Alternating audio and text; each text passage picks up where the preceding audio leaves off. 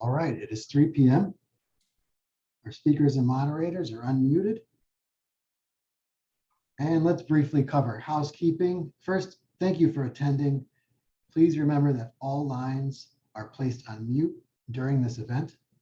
And to ask a question, you can use the Q&A feature throughout. Thank you, and I will now turn it over to Jerry Hagstrom, our moderator for today. Good afternoon. I'm Jerry Hagstrom, the founder and executive editor of the Hagstrom Report and a columnist at National Journal. Welcome to the Food and Ag Policy Dialogue on Nutrition, one of the most important aspects of federal policymaking. We are at several pivotal moments in nutrition policy.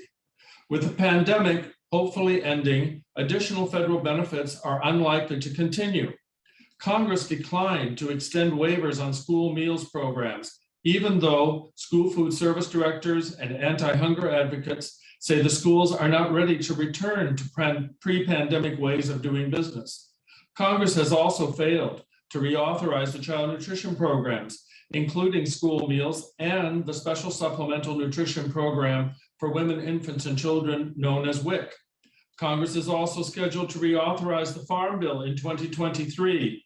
That includes the Supplemental Nutrition Assistance Program, better known as SNAP or food stamps, the largest nutrition program in the country. The Dietary Guidelines for Americans are also set for a rewrite in 2025. Finally, Congress has provided money for the White House to hold a conference on hunger, nutrition, and health. At the same time, food providers face higher prices and possible shortages in the wake of pandemic supply chain problems and the war in Ukraine. With us today to discuss these issues are three leading CEOs in the trade association space.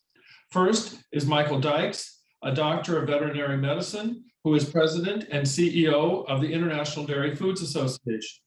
Michael is a longtime government affairs strategist and agricultural policy expert, and as well as being a vet. He became president and CEO of IDFA in January 2017. In this role, he represents members that make more than 90% of the milk, cultured products, cheese, ice cream, and frozen desserts, and dairy-derived ingredients produced in the United States and marketed throughout the world. Next is Cathy Burns, president and CEO of the newly formed International Fresh Produce Association, a unification of United Fresh Produce and the Produce Marketing Association. IFPA launched in 2022 as the largest and most diverse international association serving the entire fresh produce and floral supply chain. Cathy has served as co-CEO with Tom Stenzel, the longtime leader of United Fresh, and tomorrow marks her first day as the sole CEO. Before IFPA, Cathy served as CEO of PMA for 8 years. She has more than 25 years of experience in the grocery industry, serving as president of Food Lion until December 2012, and has held several other senior positions. Finally is Robb, MacKie, president and CEO of American Bakers Association. As the baking industry's chief advocate and spokesperson, he brings decades of experience, knowledge of policy, and meaningful relationships to the baking sector. Robb is co-chair of the Food and Beverage Issues Alliance and past vice chair of the National Association of Manufacturers, Council of Manufacturing Associations. Before becoming ABA's president and CEO, he was ABA's vice president of government relations. He spent some time on Capitol Hill working for Congressman Jim Colby of Arizona and represented the construction industry for two leading building trade associations. A reminder to everyone, please use the Q&A feature on Zoom to ask a question of our panelists. I will do my best to take a few audience questions over the course of this hour together. So for our first question, we will talk about the state of nutrition. Since we're here to discuss nutrition programs, I'd like to begin the discussion with a broad question to each of you. What is the state of our nation's nutrition, and how have the pandemic and disruptions like the war in Eastern Europe or supply chain challenges affected your policy priorities related to food and nutrition programs? Michael, would you go first on this question, please? Thank you, Jerry. I'd be happy to. First, the situation in Russia, Ukraine is just heartbreaking. It's absolutely heartbreaking, and it's tough to watch the TV at night to see the things, the devastation, the destruction, and the total disruption of families in Ukraine. It's a sad situation. It brings to light for all of us how quickly things can change, and you can be in such a state of turmoil, and the importance of food security, roof over our heads as we watch those Ukrainians struggle to get to across the border and to get to someplace that's safe. I'm proud of our IDFA members. Many of them are making financial contributions. Many of them are contributing food. We have IDFA members who have operations in Russia. They are pulled out of Russia. Our industry is doing all we can to support the situation there. And it brings to light for all of us the significance of food security. And we think about especially the small children who have no choice in the matter. It is truly heartbreaking. You mentioned the pandemic, Jerry. The pandemic has disrupted so many things, and for a long period of time, it has intensified the connection between nutrition and the economic unrest as we put more and more people into a food insecure situation. It has intensified the linkage between nutrition and illness, in the fact that we have seen the devastations of COVID, especially in those who are suffering other underlying maladies of all sorts. 40 years of record inflation, another driver and another influencer for the things we're seeing in terms of nutrition and the impacts it's having on Americans. We have about 40 million Americans that are food insecure. We have about 920 million people around the world that are food insecure. It has disrupted people's ability to get to food. It has disrupted the distribution chains. It has put pressure on the supply chains in all manifestations. So there are many, many things to talk about in terms of nutrition, but I'll stop there and give our other panelists a chance to comment on this. But many things in the whole situation as faces consumers today in terms of food. Cathy, what are your views on this? Yeah, so in an effort not to repeat, I certainly appreciate Michael's comments about the situation between Ukraine and Russia. It's just heartbreaking. On the business side, we certainly are seeing it with input costs, especially fertilizer, as it impacts our members. And inflation just more broadly is running havoc on our industry, on our members, more broadly around the world. But maybe I'll spend my time reflecting on the intersection between COVID and nutrition specifically. You know, our obesity and overweight rates in the United States are an epidemic. They were an epidemic before COVID. They were an epidemic during the height of COVID, and they are still an epidemic today. The CDC actually recently released their updated data on the consumption of fruits and vegetables. Quite frankly, it really wasn't much of an update because they remain largely unchanged. Only 1 in 10 Americans meet the recommended amount directed by the Dietary Guidelines. And we were confronted loud and clear with that reality during the pandemic. Those who were obese or are obese have a 3 times greater risk of hospitalization and were more likely to die from complications from COVID. Interestingly, this was even more prevalent in those who were under age 65. I think the story that's been written is always, you know, people that are of a more mature age, but the data is showing that this was prevalent in terms of people under 65. So there's obviously good news. There's promising movement forward, including having this conversation today around the importance of nutrition, the recent tripling of the WIC fruit and vegetable benefit, which effectively increased the consumption of fruits and vegetables for millions of children overnight, is fantastic. Kids enrolled in the WIC program now are consuming more than 2 cups a day, totaling about 1.7 billion in fruit and vegetable purchases, but it's not enough. We need to triple the consumption for everyone, and that's exactly what we and our members are committed to doing. Rob, what about you? Yeah, I really want to commend Michael, I think, and Cathy. I think, you know, they've really touched on just the heartbreaking situation in Ukraine. And we have, similar to Cathy, we have members that are in both Ukraine and Russia that are, you know, particularly in the Ukraine, are continuing to get life-sustaining bakery products and other foodstuffs into those refugee areas, but also to feed the population in Ukraine. It's heartbreaking. We have relationships with our international partners all over the world, and it's just heartbreaking to hear from Ukrainian Bakers Federation, and we work closely with the situation they're going through. They're obviously very distraught, but also there's strength and resiliency there. They continue to feed their populations in the most trying situations imaginable. And so our heart is with them, our financial support is with them, and our industry is supporting them as much as we possibly can. Like Cathy, I'd like to go back and, you know, and really talk about the stretch up from, you know, the pandemic, supply chain, and now the war in Ukraine in terms of basic nutrition.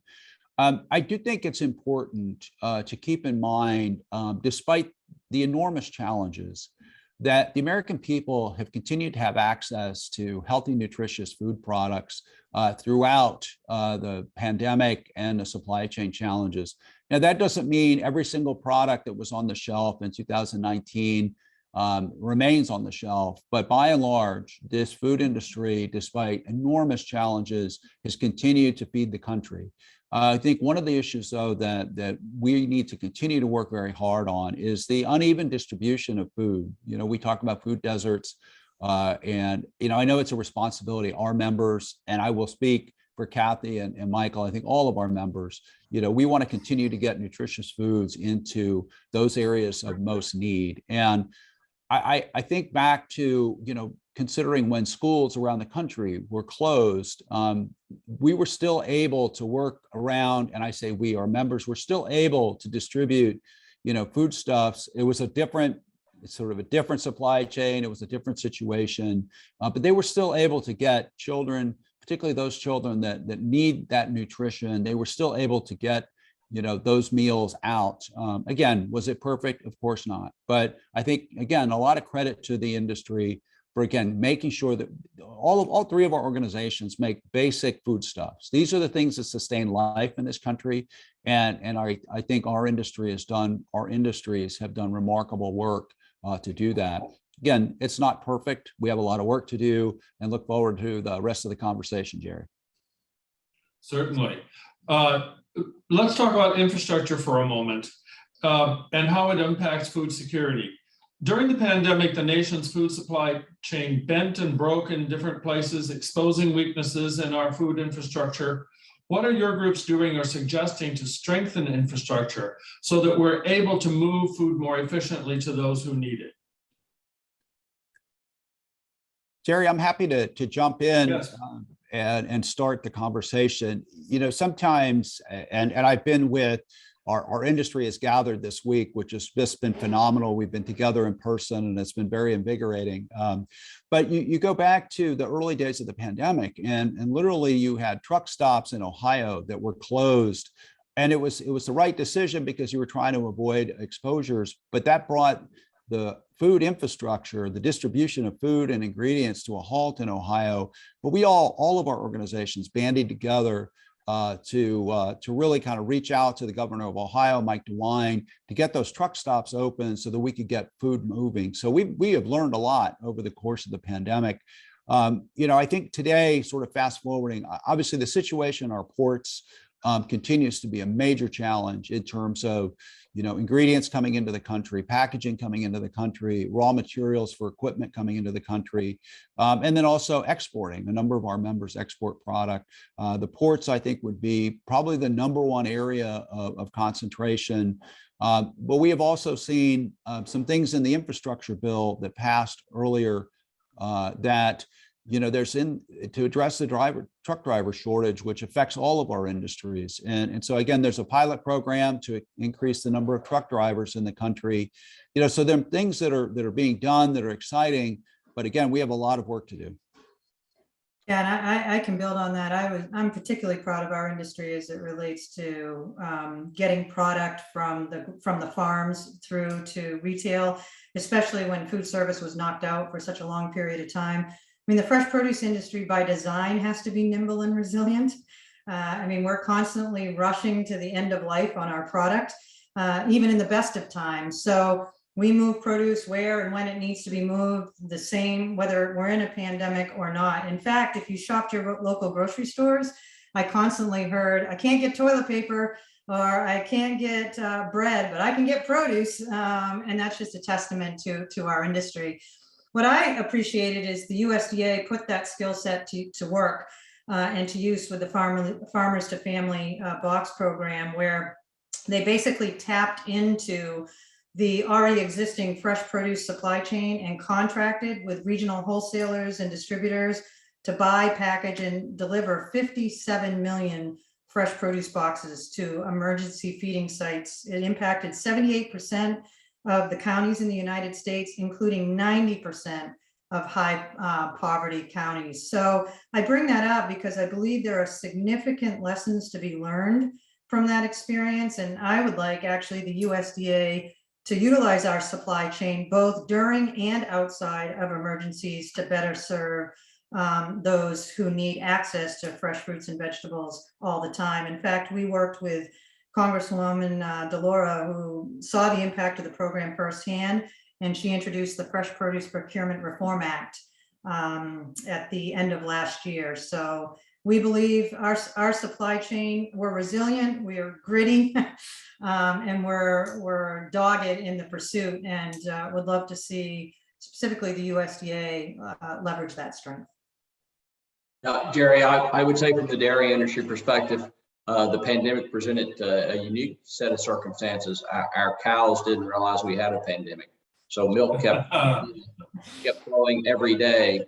I also want to give a great thank you, and we owe all of them a great debt of gratitude to the workers. We have about 21 million employees in the food industry in the U.S. And I know I can speak from the dairy industry. They were working 3 shifts a day, 7 days a week, all throughout the pandemic to make sure we had product on the shelf. And in the case of dairy, much like Cathy, our products are perishable and the cows are producing more milk every day. So just a wonderful, wonderful demonstration of commitment to delivering for the American public. I can say also our IDFA members, we had emergency meetings as all groups did at the very beginning of this, and our members took the attitude that if we do everything we can to make the 8 hours a day the safest 8 hours of those employees' day, they will do their patriotic duty. They will come into work, they'll work the shifts, they'll produce the food, they'll distribute the food, and we'll get it out to the consuming public. And we did that, and we did it in spades, to echo what Cathy and Robb have said. So I am so very proud of what we did during that time. I would say the supply chains have been stretched. We saw, as we had in the case of dairy, half of our market went through food service and half went through retail. The food service went away overnight and the retail was absolutely slammed. Our members made distribution points to help retailers. Our members took refrigerated trucks of milk and dairy products to food banks because inadequate refrigeration. They took product to church groups, parking lots. Just a tremendous outpouring of support for everyone. Phenomenal. In our case, our exports are continuing to grow, and then we come to the current time today. There's a shortage of workers, which is our #1 issue of facing our industry, and exports and getting containers filled with dairy products on the vessels returning to Asia. It's been a huge, huge effort. We have formed an alliance with the Port of Los Angeles, and with a carrier CMA. And I'm pleased to say that we're making tremendous progress on part of our dairy exporters, working directly with CMA and with the port to do all we can to get as many containers filled with dairy products. And the progress has been tremendous. So proud of the work that our members have done. We've worked with all the ports. We're working closely with USDA. I've stayed in close contact with Secretary Vilsack on those issues. We're not where we need to be, but we're making some progress. Thank you, Michael. Just a reminder to our viewers to please use the Q&A feature on Zoom to ask a question of our panelists. Let's switch now to school meals. A recent study by Tufts showed that children participating in the school meals program received their healthiest meal of the day at school. With the USDA looking at restoring many of the Obama-era rules put aside during the pandemic, what do your groups want in the new USDA school meal standards that's currently in rulemaking? And what about the back and forth over fat levels allowed in milk, levels of sodium, and whole grain rich foods? I look forward to your views on all of these. Maybe I should go first and let these other two bring up the rear on this one, because I mean, in simplicity, obviously, we want to make sure that fruits and vegetables remain. I don't think there's much, hopefully there's not much of an argument there. We believe in science-based nutrition standards, and we're grateful that those have stayed in place for fruits and vegetables. As you mentioned, Jerry, you know, this is the healthiest meal that most children will receive on any given day. So school meals today are strong in our space. They're the healthiest meals, and we need to see that continue. And I will punctuate that throughout the conversation today for sure. You know, Jerry, I would add, from our perspective, the school meals rules need to be clear. It is a confusing set of circumstances throughout the pandemic. From the time you get from the federal government to the state government down to the local schools and the School Nutrition Association, we need a clear, simple set of rules around school meals. We want to see that dairy of low-fat flavored milk continue to be offered in the schools. We've seen what happens when that's not the case. Students simply don't drink the milk, so it doesn't matter how nutritious the product is. If it's not consumed, if it's thrown in the trash can, it doesn't benefit anyone. And 1% flavored milk is one of our main requests for the school meals. We also want to see the fat and sodium levels remain on a weekly average. That's another aspect that we want to see in the school meals. Simplicity, clarity, 1% flavored milk in schools would be our three hallmark things. And again, as a point Cathy made, only 1 in 10 Americans are consuming the 3 servings a day of dairy. And I think the Tufts study that you referenced, as far as the school meal being the healthiest meal of the day for children, is an extremely important note. And we need to do all we can to make sure that they get the nutrients and the nourishment that they need. Yeah, I would, Cathy and Michael done an outstanding job. The only thing I would add here is just reinforcing that the school meals programs continue to be relying on the foundation, the strong nutrition foundation, the scientific foundation of the Dietary Guidelines for Americans. Those updated every 5 years and are supposed to be, the latest of the scientific and medical information.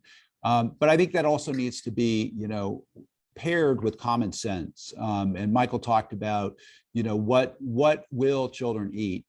Clearly, the science shows that half of the 6 servings that are recommended for children as well as adults should be enriched grains, and half should be whole grains. And I think it's really important because they complement each other.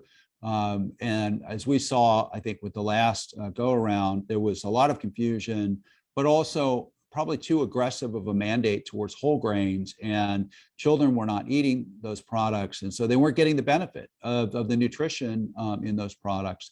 I also think that just refraining from, pitting food groups, and against each other is really important. It's all about a well-balanced diet that also includes, exercise. So each of the groups, and again, the dietary guidelines are the most exhaustive, well-researched guidelines. So that flexibility. And then as we're all moving, and certainly the bakers are moving to, reduce, for instance, sodium in our products and sugars in our products, particularly for the school meals program. It just takes time. I mean, consumers have a taste, when they have a slice of bread or, a whole grain cookie, a cracker rather, they have an expectation of what the taste is going to be like, what that flavor profile is going to be. It just takes time. So I think having that flexibility to make those adjustments, over maybe a little bit longer period of time instead of setting, a very quick deadline. And I think that's where USDA and FDA working closely with its stakeholders in the food industry can be very helpful. Thank you. Let's move on to Child Nutrition Reauthorization. CNR, as this is sometimes called, remains stuck, but many groups aren't really pushing for much change. President Biden has called for an extension of the WIC benefit bump for fruits and vegetables in the next appropriations bill, but there's the question of what would happen in a reauthorization. What are each of your priorities in CNR, and how do you plan to get Congress engaged? Oh, we Michael, certainly. you want to go first? I'll go ahead. Cathy? No, please, Michael, go. Well, for us, Jerry, it's certainly a big question. Money, funding is going to be a big part of this. Expansion of free school meals, summer EBT, all those things. WIC to 6, changing from 5 years of age to 6 years of age, so we make sure we cover all children that may be in between before they start school. For us, we want to ensure that the sodiums and cheese has a proper balance between product safety and health. We want to retain fluid milk in the school system. And on the yogurt container size, 32 ounces, and in some states, they are holding them to only a 32-ounce container versus combinations thereof adding up to 32 ounces. I know it seems like a crazy comment to make, but there are some states that are doing that. So we'd like to see that simplified so that it could be the 32 ounces or a combination of packages leading to 32 ounces. So that's a few of the things, but I'll stop there and give the other two panelists some time to comment on that as well. So you mentioned the extension of the tripling of fruit and veg in WIC as at least a temporary authorization. We would advocate for that to be permanent, obviously. That would be pretty important. But we have 3 areas in particular, Jerry, that we're keeping our eye on and would advocate for going forward. First, the fresh fruit and vegetable program should be available in every low-income school that wants it. Right now, the demand outpaces the funding, and Michael mentioned funding, and especially with Build Back Better not getting the support it needs. Now funding continues to be a challenge. Second, a fruit and vegetable benefit like WIC attached to the summer EBT cards for kids. We're talking about schools. There's the school year and then there's the summer. And kids are as hungry during the summer, if not more so. They're probably more active. And we need to make sure that there's a benefit tied to the summer EBT for kids. And then lastly, and I mentioned it earlier, school meals available to all students at no charge to them. Obviously, that didn't make it during the last budget, but we will continue to advocate for that because of the impact that it has on children. Another data point that's disappointing, kind of cold water in the face. If we don't change the eating habits of the next generation, this will be the first generation that doesn't live as long as their parents. And I know Rob and Michael and I don't want this to happen under our watch, and nor do our members, but that's just unacceptable. So these types of programs, start them young, as Rob was saying, around really influencing their palates so that they're in a much better position as they move into adulthood. So we have got to address it, and certainly through these programs, it's one of the easier ways to hit the system consistently. I would say on behalf of the bakers, we partner with the food industry, particularly to ensure not to maintain, but really to strengthen, to Cathy's point, to really strengthen the food breakfast and lunch programs, so to make sure that our kids are getting healthy, nutritious, nutrient-dense foods across a wide variety of food groups. I would say one of the other things, and we're partnering, we have something that we call the grain chain, which is the entire, kind of wheat, rice, supply chain. But we've also worked with the School Nutrition Association and hunger organizations to urge USDA to really look at the WIC packaging to provide, packaging in certain sizes that make sense in the real world, give those, particularly at the school level, give them the flexibility with regard to different packaging to meet the needs in their local communities.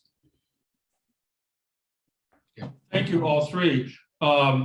A question on universal free meals. Cathy has endorsed universal free meals. We have a question from the audience. I'm wondering if Michael and Robb would tell us what are your organization's views on universal free meals? I don't know that we've discussed it necessarily with our membership, Jerry, on universal free meals.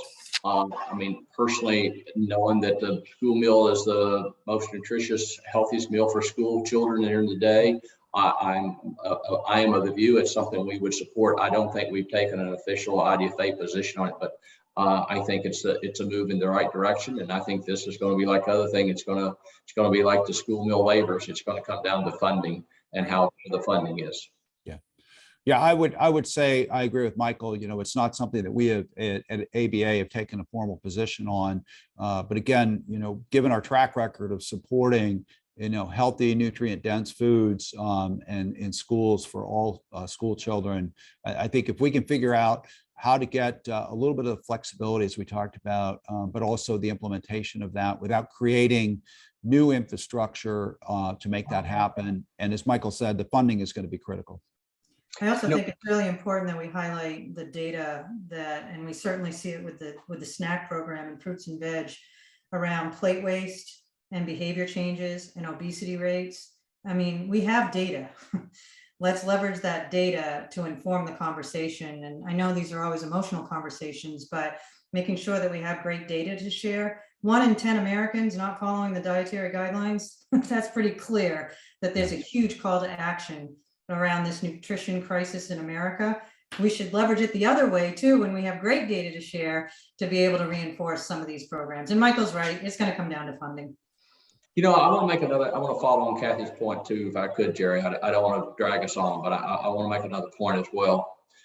I think one of the extremely important things to remember about these programs is if we can introduce children at younger ages to the concept of eating healthy and having a positive experience with that meal that's healthy for them, that will carry throughout their lifetime. That's an extremely important concept. So it isn't just what we do in the then and there for these kids, it will translate through their lifetime. So a positive eating experience early on will set the stage, and they can realize that they can eat healthy and enjoy the meal as well. That's important. I want to build on that, and I will share with you. It's been a pet peeve of mine. Is we spend so much time and energy, as we should, on the dietary guidelines and the scientific basis for a lot of our federal meal programs. It just feels like we don't put the resources in the education side, and at the school level, directed to children. To Michael's point. And again, I think it's an opportunity, frankly, where USDA and FDA could partner with more extensively than they do today, partner with the different industry sectors so that we could all come together and develop, educational materials. I remember when my kids were, school age, going through elementary school, they were taught at a very young age, you put on your seatbelt, you buckle your seatbelt. If I accidentally forgot to put my seatbelt on, I knew about it right away.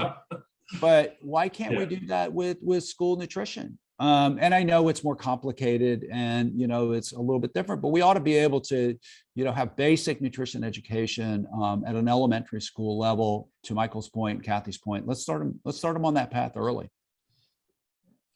I will just interject a point here. In my reporting, what I've observed so much is that whether the kids eat healthy in the schools and whether they like the more modern school meals. It depends on what the school has taught them and whether they work to educate children to eat foods, I would say, like certain fruits and vegetables and yogurt and things that they're not used to. But if they learn about them in the schools, they're in a much better position. Since we're using the word healthy all the time, we have another question from the audience. Do you think the FDA can find a way to define healthy? How's that for a simple question? How much time do we have, Jerry? No, and I don't want to sound facetious because it's a very serious issue. This has been an issue that's been around, and I do think it points to some broader issues at FDA in the nutrition space about how quickly they respond. And again, I don't want to open up that discussion for today, but I do think, again, bringing the stakeholders together, having an honest and candid conversation based on sound science and nutritional information, we should be able to get into some definitional areas. Michael made the point earlier about clarity, and I think, we could provide a lot more clarity around healthy, and it starts with having a definition. But I think it's going to have to be done in an open and transparent manner with all stakeholders at the table. And for whatever reason, that just has not been happening lately. Rob, Jerry, Rob, Cathy, and I are in a group called the Goodstone Group. It's a group of all the food industry trade association CEOs. We communicate constantly. We work together on so many issues. We have a request in to meet with Dr. Califf to talk about the food side of FDA. It is the Food and Drug Administration, not the Federal Drug Administration. So we have a request in. This is a extremely important topic that the FDA is going to take on. And to reiterate a point Cathy raised, I hope it's based on data and sound evidence-based science, because I think the public deserves that out of the FDA. And I think from a path forward, carrying on what we talked about with nutrition and the linkage between nutrition and health and the total cost of food, I think it's extremely important that this be done in a science-based manner. So we are hopeful that we get our meeting with Dr. Califf where we can get into a discussion these kind of things. The request is pending with him. Now, I may take a different angle on this, on the viewer's question, Jerry. And going back to, fruits and vegetables, I'm hoping there's not a disagreement that they are healthy or not. Although I guess it could come down to some debate on some particular items, although I find it hard to believe. But given the consumption data that we just talked about, that the CDC released, 1 in 10 Americans following the dietary guidelines, you can say that what we're doing right now isn't actually changing individual behavior. We recently did a study that found only 17% of consumers found it extremely important to meet their dietary guidelines. Yet more than 90% said they care about the amounts of fruits and vegetables they are consuming. So that is a huge disconnect that we need to figure out and somehow address. But and this kind of gets at the healthy question, but what we've seen is let's just take dietary guidelines, for example, when the dietary guidelines are applied to institutional settings or to federal programs, there's a positive change in access and consumption. We have the data. So, but keep in mind, it's only been the past decades that program like school meals and WIC aligned with the dietary guidelines in the first place. So our ask is, if the industry's ask is, if the federal government committed to aligning all its programs with its own recommendations, we could see positive changes. Since you've been bringing up the dietary guidelines, and I have a question here. These dietary guidelines, this dietary guidelines process is so combative. I've covered it for years. Do you think the dietary guidelines still serve a good purpose? Are they worth doing since so few people follow them? Well, for us, and I'll turn it over to them, having science-based guidelines is particularly important to us. And given what I just shared about the impact when they are put in institutions or programs, and then we have seen behavior changes, in particular for fruits and vegetables, people are eating a variety of fruits and vegetables. I think if we leverage that data and apply it at scale, it would benefit from our industry perspective, our industry. You know, Jerry, I would comment, I think they're important as well, but they need to stay focused on nutrition and diets and not get off onto other topics that aren't nutrition. And they need to review all the relevant data. It needs to be science-based. We have specific goals. We want to make sure dairy is maintained as a food group. They maintain the 3 servings a day of dairy. There are many aspects to the dietary guidelines that are important. It needs to stay focused on sound science, and it needs to remain focused on nutrition and not get sidetracked to other areas of debate. Yeah, I couldn't agree with Well, Michael. Sorry, Jerry, I couldn't agree with Michael more. You know, obviously it needs to be based on science. You know, Cathy mentioned earlier, was questioning whether, anybody thinks that fruits and vegetables are healthy, and you would think, well, of course not, they're healthy. But I say that, and, representing the baking industry, there's a lot of misnomers and misinformation. And so it's really important that we be able to point to, whether it's a federal program or more broadly, that we be able to have the authoritative source for science. There's a reason why the dietary guidelines recommend 3 servings of enriched grains and 3 servings of whole grains, because it's all part of the healthy lifestyle. And but I think for an industry that considers itself the staff of life, a very nutrient dense food that's very cost effective, we sometimes are a little surprised when we find that there are those that may not agree with that, but without the scientific backing. So again, I think the dietary guidelines play a huge role. As I said earlier, I do think we need to pair that with strong education outreach around the dietary guidelines. Yeah, I couldn't agree more on the education front. It needs to be systemic in the programming. We have a program that we support called Brighter Bites. It's an organization out of Texas that's now starting to scale, and they have found a way to match education in the schools with access to fruits and vegetables. They actually get fruits and vegetable servings for 12 straight weeks, 45 servings. And then they watch the impact on those kids and the families, a 2-year longitudinal study. And we see on average that kids are getting 9 to 12 extra servings of fruits and vegetables every week. So once again, not to harp on data, but we can, and they're actually tracking the kids' education. They're tracking the gut biome of the kids, just to see the impact. So these public-private partnerships, there's something there. There's magic there that we need to untap moving forward. Yeah, I think another aspect of this, Jerry, if I could, I don't want to belabor this, but if I could, I think we are seeing an explosion of technology, which will bring tremendous things for the consuming public in terms of innovative new products, changes in food safety, additional steps to further enhance food safety, to produce foods even more sustainably. All of those things are near the fore. I think also that it's extremely important that we think about the growing nexus between nutrition and health and food as medicine. And we're moving there rapidly. And as our medical colleges are training physicians, that there's a connection between the food we eat and the status of our health. And we're going to see that more and more and more. And I think we'll even see it play out in some of the retail food establishments, that they may very well be food prescriptions as well as pharmaceutical prescriptions, to assist people with the points that Cathy's making about the education between nutrition and health. So that's another important aspect there for our FDA and USDA to work together on these types of things, because that type of information and education Rob mentioned is going to be needed. Yeah.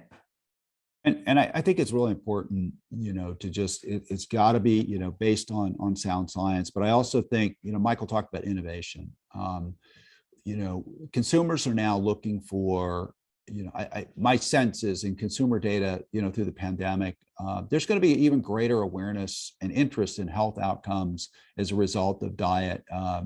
And so, for instance, I think the latest research around fiber and, and I know it's not a really sexy thing to talk about, but gut health is vitally important to just, chronic illnesses. And so, each one of our members of the groups that are on the call today make products that are very important to healthy gut biome. And so having those conversations, again, with a foundation of science, is really going to help consumers, I think, meet their health needs and address some of these chronic illnesses that plague our country. And so, again, I can't stress enough. I think the dietary guidelines as the foundation for all of that is just vitally important. Our audience seems particularly interested in school meals. So I have another rather provocative question. I'd be interested in all three of your views on this. Here's the question. Is there a place for more plant-based foods or cellular-based food in federal nutrition programs and school meals? Could we see lab-grown meat or dairy in these programs? We are the original plant-based diet. Yeah. I mean, and that's our position. I mean, fruits and vegetables are the original. I know that's not the question, but I mean, until we can get our current kids eating the dietary guidelines, I would much rather start there. We have such a gap between where people are eating today, kids and adults, and where we need to go. I would focus my energy on more consumption of fruits and vegetables personally, and for our industry. Not to be argumentative. Not to be argumentative with Cathy. There were folks that were starting to mill wheat. So we would like to plant the flag as the original plant-based protein. There you go. Perfect. So, and you think about life-sustaining bread, it's basically it's wheat flour, water, a little bit of salt, a little bit of yeast, and you can make a life-sustaining product. So no offense, Cathy. I think no offense taken. You got to market your products. So, but I think again, it's that awareness, that education around the products that our respective members make is just really important. Yeah. Gary, we clearly believe in the wholesomeness and the nutritional value of our products from the dairy industry. We also acknowledge that technology will bring about new innovations.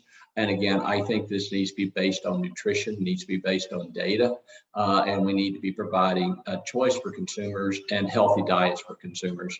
So if we're making the same protein but different means, there'll be different things that attract different consumers. And our industry is currently looking at the cell-based technology for dairy to produce the same casein, but to do it without the cow. We will be taking that up at our upcoming board meetings in May and in October. But science and technology will change things. I'm a firm believer that we will not stop technology. We need to learn how to use the technology and determine its benefits based on sound science and data. The only thing I would add, Jerry, is I think the question was centered around school meals and plant-based products. It'll be interesting to see if they can make the economics work, because to plant-based products, until the economics of that and the innovation and they get it at scale, it's going to be cheaper to buy the product in the whole form than it would be from a plant-based perspective. It would be my guess right now. Over time, that could change. But a lot of the funding issues we have around getting our products on the plates is because of costs. And that's the reality. Cost will be an important factor, and functionality is an important factor. Just transcribe a protein off of recombinant DNA doesn't mean that it functions as the one in nature. So that will be an important piece. I think the other piece for this will be an important role for FDA to play in the food labeling, and that the labels need to be truthful and not misleading in any way. So FDA is going to have to play a role here to make sure that the nutritional values there, which the dietary guidelines have done on the science basis, we'll look at, and it needs to make sure that the labeling is not misleading to lead people to believe that there's something there that isn't there. Yeah, I would just close out again on the innovation. Literally, we just wrapped our annual business conference with 400 leaders of the baking industry, bakers and suppliers. Concept of innovation to meet consumers' health needs was front and center at our event. So I think you're going to see that coming. I think you're going to see an explosion of whether it's plant-based, but other products in all of our categories. There's been so much that's been learned again about the impact of nutrition around health outcomes over the last few years. I think you're going to see an explosion of new products that meet consumers' needs there. I don't disagree. We're definitely going to see new products. I think what's important for us to consider is, the USDA's data has shown that kids who participate in the fruit and veg snack program have less plate waste and reduced rates of obesity. When you have a program that is actually reducing obesity, something that is so difficult to do, we have to find ways to expand it. So I absolutely agree. Innovation, we need to stay on that front, especially as it relates to efficiencies and bringing down the costs of our products or the transportation to get to the schools in the first place. But we have programs that are working, and we need to figure out a way to scale them and fund them. I would also add on technology and innovation, the speed with which it will come is extremely important. And I think it's important for our regulatory agencies, especially USDA and especially FDA, to be cognizant of that fact that the speed to regulate is going to have to be somewhere near commensurate with what the speed of innovation and technology is. And I say every speech I give, if there's one thing coming out of COVID, and that is that the technology has exploded. That's a great point, Michael. And during COVID, we were able to make some decisions a little more quickly. And are we going to keep that spirit as we head into the endemic stage of COVID? Shame on us if we don't have the systems and processes in place to be able to do that. And we need to thank FDA for the flexibility that they showed us and the learnings that we all learned during COVID, that we can make changes, quickly, and we can still preserve food safety. So Frankie Honest interacted with us frequently from FDA during the pandemic. And I hope that we can maintain that level of trust and working relationship that yes, we can make changes and we can continue to preserve food safety. Yep, I agree. I have to intervene here now because we can't let the hour pass. We only have 7 minutes left, but we can't let the hour pass without talking about the Farm Bill. The nutritional title is one of the most consequential pieces. The Farm Bill is supposed to be reauthorized in 2023. I wonder if each of you would speak quickly about what your concerns or issues are with the Farm Bill coming up. I'm happy to go first on the Farm Bill, and I'll be brief. It's really probably a misnomer. It's probably should be called the Food Bill, since most of the funding is around food. Our request is we have a healthy fluid milk incentive for SNAP program. We'd like to see that program be made permanent and mandatory. We are asking for a $5 million appropriation request for this.